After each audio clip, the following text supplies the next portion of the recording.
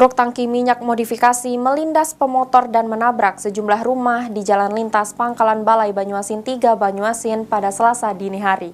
Dari kejadian tersebut, 2 orang meninggal dunia.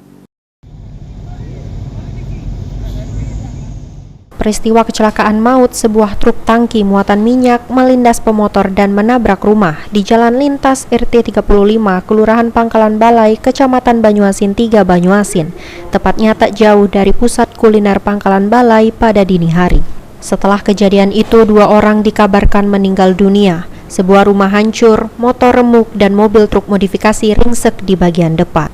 Informasi yang didapat, korban bernama Romi Yudhistira, guru di Madrasah Sanawiyah di Betung, sedangkan istrinya adalah Ajeng Kusula Wardani yang merupakan sekretaris Percasi Banyuasin. Dari pantauan, truk modifikasi tersebut sudah dievakuasi Satlantas Polres Banyuasin menggunakan mobil derek, sementara kedua korban dibawa ke Rumah Sakit Umum Daerah Banyuasin.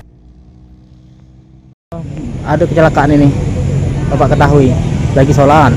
Aku lagi sholat itu, aku lagi sholat, tahu-tahu bunyinya berentum itu. Berentum, Nah, juga itu kecelakaan itu.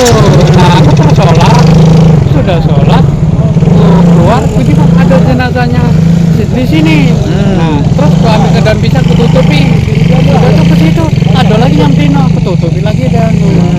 Nah, kejadian itu subuh subuh pagi. Sedangkan sopir mobil truk dikabarkan melarikan diri usai terjadinya kecelakaan tersebut. Sampai sekarang sopir mobil truk maut itu belum diketahui keberadaannya. Suryadi, PAL TV.